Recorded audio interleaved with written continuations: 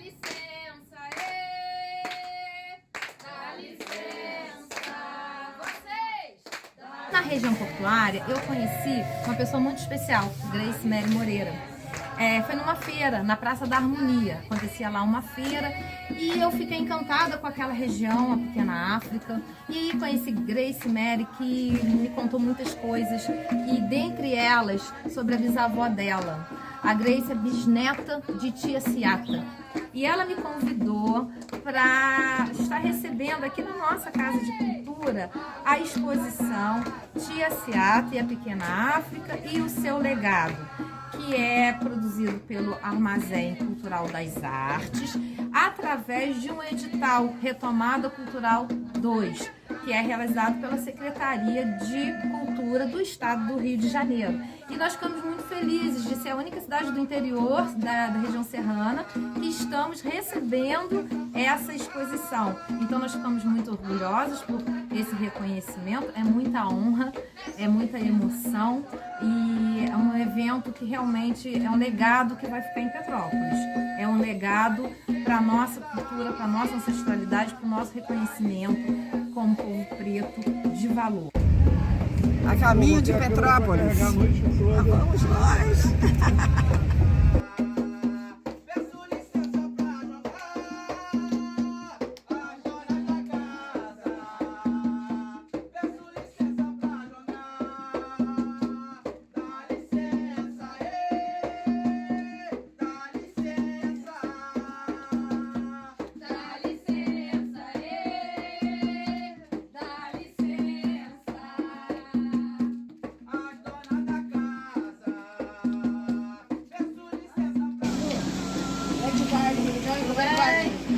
Como é que você tá, meu querido? Bem, Deus, você? Muito bem. Seja bem que tá na serra. Estou bem, estou bem.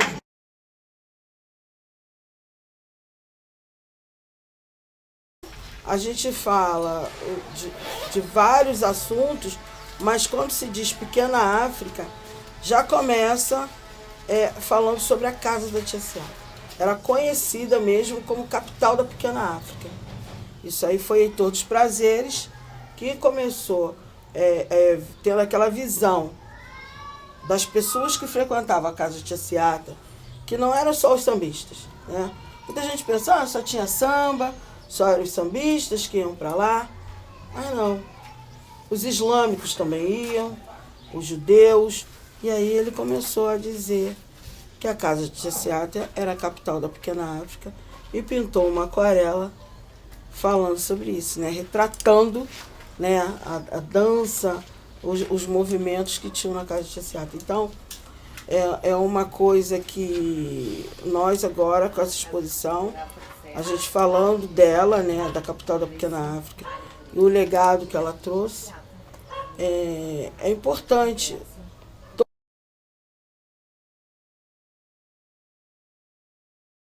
A Casa de Tia Ciata foi o primeiro centro cultural. Não pode dizer nem só do Rio de Janeiro, mas do Brasil. Pelo como ela conseguiu, né, agregar as pessoas na casa dela. E de um modo assim, muito diferenciado, porque independia da cor da pele, de quem era, se era político, se era sindicalista, um capoeira, um batuqueiro, não importava. O que importava era o respeito que cada um tinha entre si. Ela nunca podia imaginar que até os dias de hoje estaríamos falando nela, né? Vai fazer um século da partida dela para o mundo espiritual e a gente continuando a falar sobre ela e sobre todo esse legado que ela deixou, né? De força, de empoderamento mesmo, de como uma empreendedora, independente do que for, está ali junto com as outras, né? Que ela junto com a tia Amélia, a tia Mônica, a tia Vericiana, essa eu estou citando algumas tias, mas tinham mais. Elas conseguiram fazer essa movimentação. E quando a tia Ciata partiu, continuaram. E hoje a gente vê, né, até a tia Surica, né, da Portela, dando continuidade E ela fala mesmo, olha, quem começou aqui a fazer a feijoada nem fui eu, foi tia Vicentina. E daí vai, e a gente, sabe, As tias que cuidam de todas. Né? Pois é. As tias são as mãezonas, né? Você vê, aí tem um filho, mas aí chega a tia. Minha irmã, por exemplo, falando isso aqui, eu falei, ó, isso aí é teu filho. Ela, não, eu sou tia. Então, é por aí, né? A gente tem esse formato mesmo de acolhimento, né? De cuidado de uma forma em que a comunidade é realmente aquele quilombo, né? Família, né? E aí a gente vê, tipo, por exemplo, Tiziata fica ali do lado da providência, não existe coincidência, né? Ainda mais para o nosso povo que trabalha junto, né, com a guiança. E aí você vê que fica ali em outro quilombo também, que é a Providência, né? E que faz parte dali, né? E o Morro da Conceição também. E o Morro da Conceição. E aí o quanto que é importante a gente pautar mesmo a importância dela enquanto essa mulheridade africana que está ali, que está, porque ela está ainda, né? Quando ela está juntando ali com a Boa Morte, quando ela está junto com as quituteiras, quando ela é essa tia que não se foi, que está ali sendo sempre lembrada, né? É da gente ver o quanto que a nossa oralidade ela é ponta de lança, ela é forte para não deixar a história, o papel ele pode vir, o meu avô Negro Cristo ele sempre fala, né? Podem destruir os papéis, mas a oralidade está ali, a ancestralidade está ali, é presente. É muito presente, é muito presente. Por isso que eu digo que hoje o que vale mais, quando a gente tem a oportunidade, é fazer um áudio, ou então, mesmo tendo esse áudio, uma escrita, mas daqueles que já vieram antes, porque é totalmente diferente de uma escrita que a gente vê que foi há 50 anos atrás, há 30 anos atrás, que não foi propriamente dos nossos ancestrais.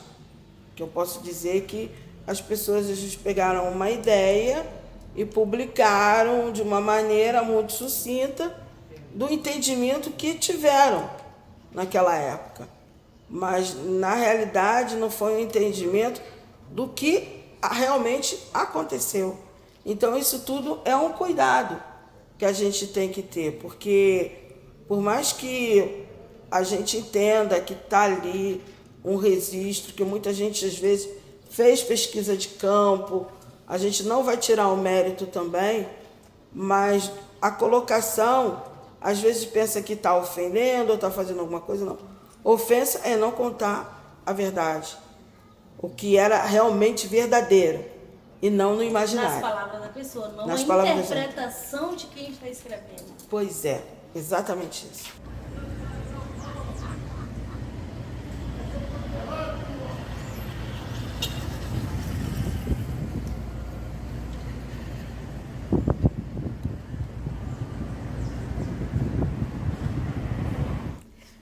Porque o que acontece? A gente tem sempre teve aquela preocupação do esquecimento, né? E meu pai teve essa visão. Ele falando, meu pai, o Bussi Moreira, que era o neto de Tia Seara. Ele falou antes de passar para o mundo espiritual que não queria que o legado dele e de Tia Seara morresse com ele. E para a gente dar continuidade. Levei alguns anos, mas isso faz parte da nossa vida, para poder entender e dar continuidade a isso. Mas tem que ser feito, porque cada um de nós temos uma história. Por isso, você não acha que a revitalização daquela zona portuária, principalmente ali da pequena África, né? Porque ficou durante muitos anos no Rio de Janeiro, aquela área do Rio, eu sou jornalista, eu trabalhei ali no Globo muitos anos. Sim. Aquela área ali do Rio de Janeiro era uma área que as pessoas não passavam a não ser a própria comunidade. Eu acho que a partir do momento que houve uma revitalização, e agora, há poucos anos, uma segunda revitalização daquela área, eu acho que pode haver um resgate maior da identidade, de toda a história cultural da pequena África, e também o resgate da própria comunidade, que ela começou a abraçar isso de verdade, porque ela conseguiu se enxergar, ela conseguiu ver que, não, peraí, a gente tem que contar nossa história assim, a gente tem que registrar assim. Você vê isso dessa forma? Porque o que acontece? A gente vê as coisas acontecendo, mas acaba não entendendo que foi muita luta. Porque, na realidade, eu, junto com a Mercedes, que é a presidente do Instituto dos Pretos Novos, a gente sempre teve uma visão, a gente sentava para conversar e falava sobre o Valongo. É igual quando a gente fala sobre o Dom Ubá. É o maior barato, quando a gente senta tudo junto. Mas nós acreditamos que a gente já encontrou onde que o Dom Ubá está enterrado. Mas, enfim, a gente agora está falando do Valongo. Ali no Valongo mesmo? Do Valongo mesmo. Ali no território. E, no caso do Valongo específico, a gente já tinha um entendimento que era por ali, mas não sabia o local exato.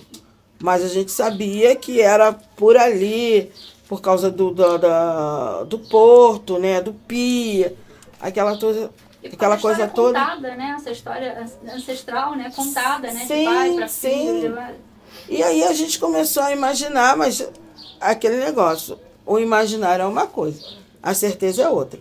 Aí quando veio o projeto do Porto Maravilha, que eu digo que está inserido na nossa pequena África, é que começou a ter um movimento, porque quando eles abriram, começaram a ver aquele monte de coisa, a princípio era para fechar. Sim.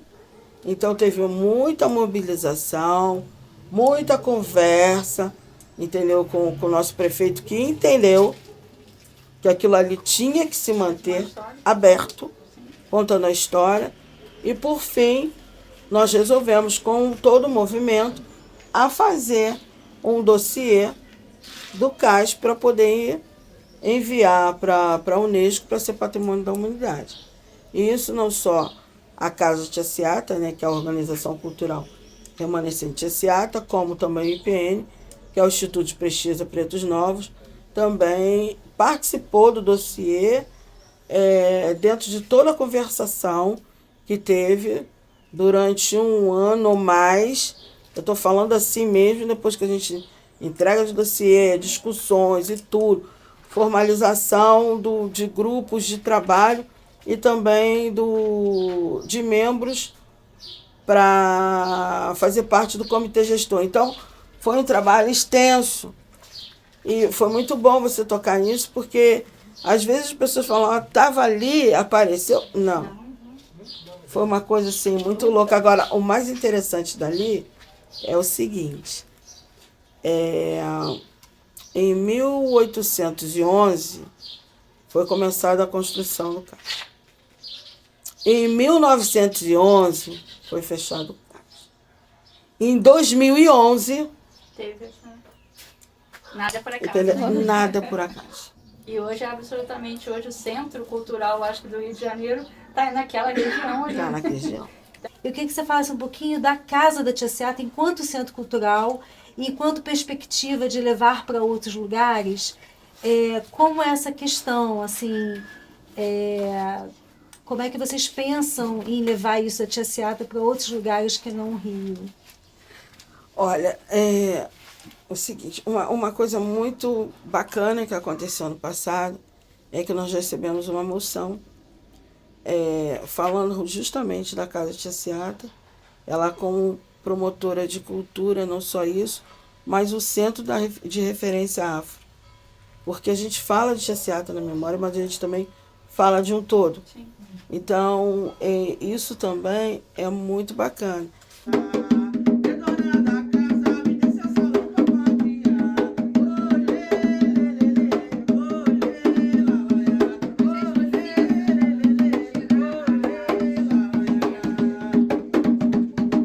Então, eu me chamo David Preceito, eu sou diretor de ritmo aqui do Afro Serra e queria aproveitar a oportunidade de falar como que eu fui chegar na Casa de Tia Seata. Eu sou capoeira, sou também tambozeiro, sou ogã. Então, as pessoas, quem quer reconhecer, quem gosta de cultura afro-brasileira, precisa ir lá conhecer vocês. Como você falou do empoderamento, mas na parte do empreendedorismo. A Tia Seata foi empreendedora, Tia Seata foi assistente social, sabe? Aí a gente pensando nessa vertente, falando, caramba, ela foi isso tudo? Foi. Ela foi mãe, ela foi, pode ser pai e mãe também, Foi, com certeza. entendeu? E assim, ela conseguiu conduzir isso tudo. E uma coisa fabulosa também que eu achava, né? Eu não achava. Eu não nem acho, eu tenho certeza disso, da beleza, quando eu começo a falar de tia Seata, que ela vivia pro santo do que viver do santo. Então, ela trabalhava muito, ela ganhava o dinheiro dela, ela promovia as festas de Oxum e dos Hereis, mas de uma forma sucinta, por quê? Porque ela trabalhava para poder fazer aquilo acontecer, dela ofertar, porque às vezes as pessoas não entendem o que é oferenda, mas ela ofertar, né, para os orixás o que ela estava concebendo, que veio da natureza, que eles são a força da natureza. Então, sabe, eu adoro falar isso, porque tem a diferença das pessoas entenderem que é um trabalho, sabe, promovido daquele trabalho, é que ela pagava. Olha, o pessoal ficava tão assim com ela, e pelos abrigos também dos islâmicos, que o Saara faz homenagem para ela até os dias de hoje, gente. Não é à toa, porque ela pegava, comprava as coisas lá. Quando chegava nas festas do Herê e nas festas de Oxum, porque ela era do Oxum, eles ajudavam ela. Eles faziam questão de ajudar ela.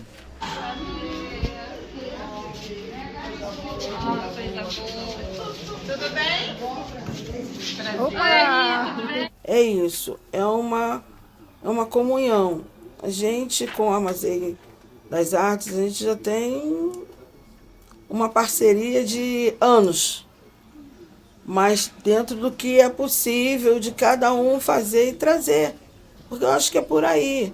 Aí um faz um pouco, outro faz um pouco, e o que a gente pode fazer junto, e às vezes não dá para fazer junto, mas a gente apoia do mesmo jeito. Agora a gente vai finalizando, né, o nosso bate-papo, mas eu estou muito feliz e agradecendo a Afroserra, ao Armazém Cultural das Artes, dessa parceria maravilhosa com a Casa da Tia Seata, fazendo esse trabalho maravilhoso aqui em Petrópolis, depois vai para o Rio de Janeiro, quem sabe para outros lugares, né? A gente já está escutando aí propostas, mas a gente tem que ver, porque isso aqui foi através de um edital, né, que foi a retomada cultural hoje pelo Estado do Rio de Janeiro, que, assim, ajudou dentro de todo esse contexto para a gente estar aqui. Né? Então, muito obrigada a vocês por estarem aqui. E um Ubuntu, gente. Eu sou porque nós somos. Vocês pensaram que encerrou, mas a gente vai encerrar com a roda de João agora.